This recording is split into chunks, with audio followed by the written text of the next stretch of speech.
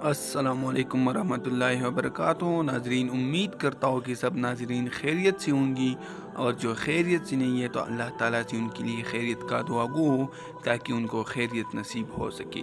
ناظرین، آج ہمارا موضوع ہے انگلش یا عربی، ایک سبق آموز واقعہ۔ ناظرین، اپنے بچوں کو دینی تعلیم کی بجائے دنیاوی انگلش میڈیم تعلیم کو ترجیح دینے والے ایک باپ کی پچھتاوے سے بھرپور کہانی۔ ناظرین، احمد اور ترمذی شریف میں ایک حدیث آیا ہے جس میں حضرت محمد صلی اللہ علیہ وآلہ وسلم کا ارشاد ہے کہ قیامت کی دن ایک حافظ قرآن اپنے خاندان میں سے 10 ایسے افراد کی سفارش کرے گا جن پر جہنم واجب ہو چکی ہوگی، یعنی ان کا جہنم میں جانے کا فیصلہ ہو چکا ہوگا، اور اللہ تعالیٰ اس کی سفارش قبول کرے گا اور ان 10 افراد کو اس حفیظ قرآن کے ساتھ جنت میں داخل نصیب فرمائے گی۔ یہ حدیث مبارک سنتی ہی میرے منہ سے بے اختیار نکلا، میری آنکھوں سے آنسو کی ایک موٹی لڑی نکلی اور زمین پر گر کر جذب ہو گئی۔ میں کتنا بدنصیب باپ ہوں، میری بچی، میری نالائق بچی آج میرے کسی کام کی نہیں۔ میں نے انہیں پالا پوسا، جوان کیا، ان کی شادیاں کی۔ آج جب میری بوڑھی جسم میں طاقت ختم ہو گئی ہے، کچھ کرنے کی قابل نہیں رہا، تو میرے بچوں نے مجھے گھر سے نکل جانے کی دھمکی دے دی۔ اے خدا، کاش مجھے ایسی اولاد نصیب نہ کرتا۔ اولاد تو ماں باپ کی آنکھوں کی ٹھنڈک ہوتی ہے، ان کی جگر کا ٹکڑا ہوتی ہے، لیکن میری اولاد، کاش میری اولاد بھی نیک ہوتی۔ کاش ایک ٹھنڈی سانس بھر کے میں نے اپنا سر اوپر کیا، چاروں طرف نظریں دوڑائی تو مسجد خالی ہو چکی تھی، شاید نمازی نماز پڑھ کر گھروں کو چلی گئی تھی، امام صاحب بھی اپنی حدیثوں والی کتاب الماری میں رکھ کر جا رہی تھی، میں بھی دیوار کے سہارے سے اٹھا اور مسجد سے باہر نکل آیا۔ گھر پہنچ کر میں سیدھا اپنے کمرے میں چلا گیا۔ میری آنکھوں سے آنسو جاری تھی جو کہ ختم ہونے کا نام ہی نہ لے رہی تھی۔ ایک غم تھا جو کہ اندر ہی اندر مجھے کھا جا رہا تھا، ایک چوٹ تھی جو کہ مجھ سے برداشت ہی نہیں ہو رہی تھی۔ کاش کہ میں نے اپنے بچوں کو دینی تعلیم سے بھی روشن کروایا ہوتا، کاش انہیں دین اور اسلام کی کچھ باتیں ہی سکھا دیے ہوتی، انہیں زندگی گزارنے کی کچھ طریقے ہی سکھا دیتی، تو شاید میرے ساتھ یہ حال نہ ہوتا۔ غلطی میری ہی تھی، میں نے انہیں شروع سے ہی شہر کی اونچی اور انگلش میڈیم اسکول میں داخل کر دیا تھا۔ ان کا سارا نصاب تو انگلش میں تھا اور ماحول بھی انگلش والا تھا، گویا جیسے اردو لکھنا پڑھنا جانتے ہی نہ ہو۔ بڑا بیٹا تھا جو تھوڑی بہت اردو سمجھ لیتا تھا، چھوٹے کو تو بالکل ہی نہیں آتی تھی۔ گھر میں وہ میرے ساتھ بھی انگلش بولنے کی کوشش کرتی، لیکن میں ان کو جواب اردو میں ہی دیتا تھا۔ کتنا فخر تھا مجھے اپنے بیٹوں پر، جب وہ انگلش بولتے تو میرا دل خوشی سے لبریز ہو جاتا اور میں جھوم جھوم کر ان کی اور زیادہ حوصلہ افزائی کرتا۔ مجھے اچھی طرح یاد ہے کہ ایک دفعہ میری چھوٹی بیٹی نے مجھ سے انگلش میں میرا حال احوال پوچھا تو میں نے خوشی سے اسے گلے لگا لیا اور ایک چھوٹا سا انعام بھی دیا۔ انعام لے کر وہ خوش ہو گیا، لیکن آج جب یہ واقعہ یاد آیا تو میں بری طرح رونے لگ گیا۔ ہائے میرے بچے، میرے بچوں نے مجھے چھوڑ دیا۔ صاف ظاہر ہے جب میں نے انہیں انگریزوں والی تعلیم دلوائی تو انہوں نے میرے ساتھ سلوک بھی انگریزوں والا ہی کرنا تھا۔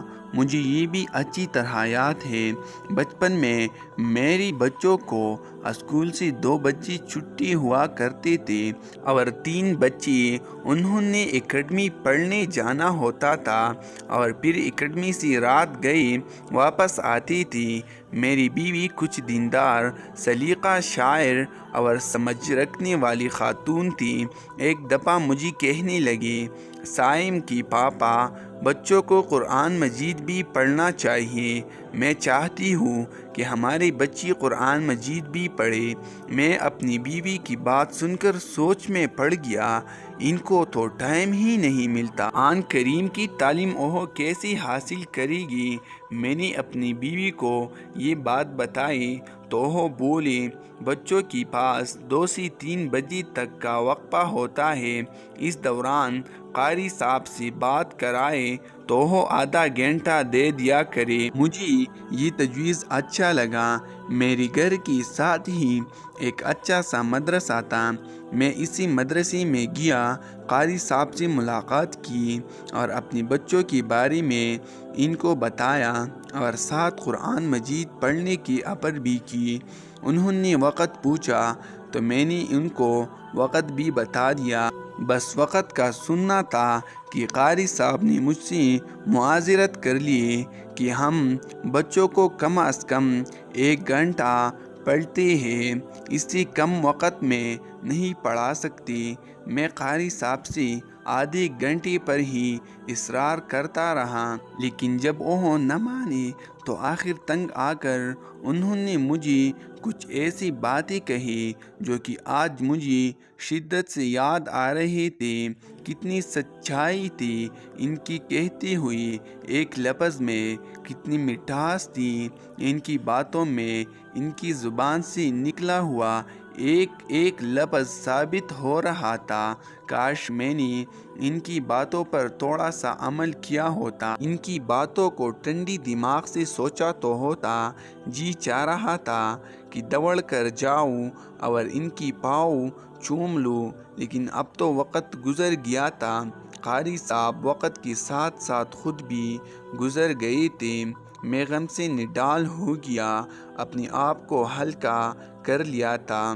ہاں واقعی قاری صاحب نے ٹھیک کہا تھا کہ دنیاوی تعلیم کو تو دیں آپ 12 گھنٹے اور دینی تعلیم کو صرف آدھا گھنٹہ۔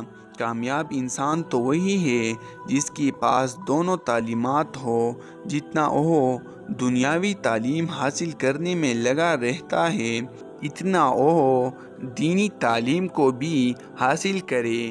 آپ نے اپنے بچوں کو انگلش اسکولوں میں تو داخل کرایا ہے، بے شک آپ اپنے بچوں کو اچھی تعلیم سے روشن کر رہے ہیں، لیکن یہ تعلیم تو اس وقت تک ہمارا ساتھ دے گی جب تک ہم زندہ رہیں گے، مرنے کے بعد تو قبر میں صرف دینی تعلیم ہی کام آئے گی۔ کل جب ہم مر جائیں گے تو ہماری بچے ہمیں قرآن کریم پڑھ کر اصال ثواب تو کر سکیں گے، ہمیں کفن پہنا کر دفن تو کر سکیں گے۔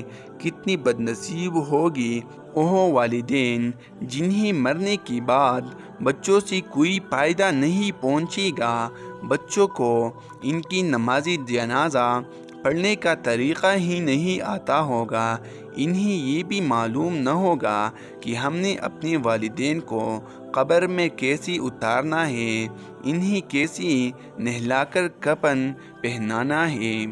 ہائے استغفر اللہ، میں رونے لگا۔ میں ابھی زندہ ہوں، زندہ ہونے کے حالات میں بھی میرے بچوں سے مجھے کوئی فائدہ نہیں ہے، بعد مرنے کی کیا ہوگا؟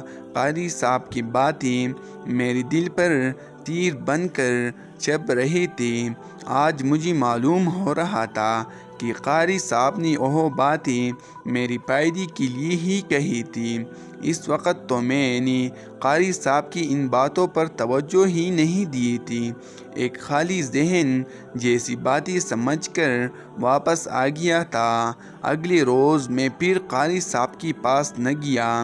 میں اپنے بچوں کو اسکول باقاعدگی اور پابندی کے ساتھ بھیجا کرتا تھا، کیونکہ مجھے معلوم تھا، بلکہ میرا خیال تھا کہ میری بچی اچھی تعلیم حاصل کر کے کل کو اچھی شہری اچھی انسان بن جائیں گی۔ میرا ارادہ تھا کہ میں اپنی بڑی بیٹی کو ڈاکٹر بناؤں گا جو کہ بڑھاپے کے حالات میں میری خدمت کرے گا۔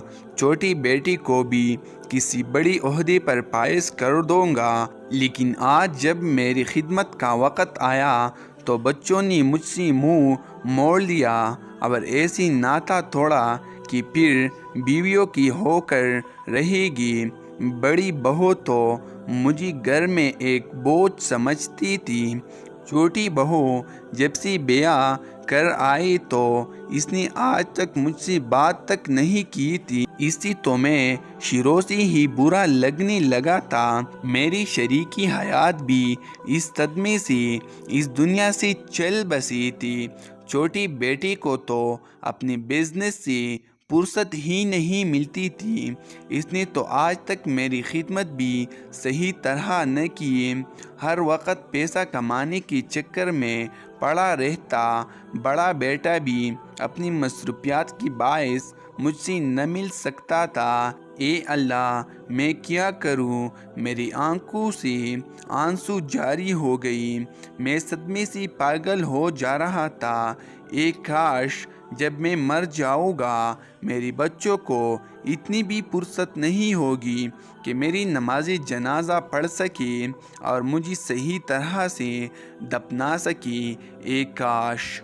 پچھتانے کے سوا اب تو کوئی چارہ ہی نہیں۔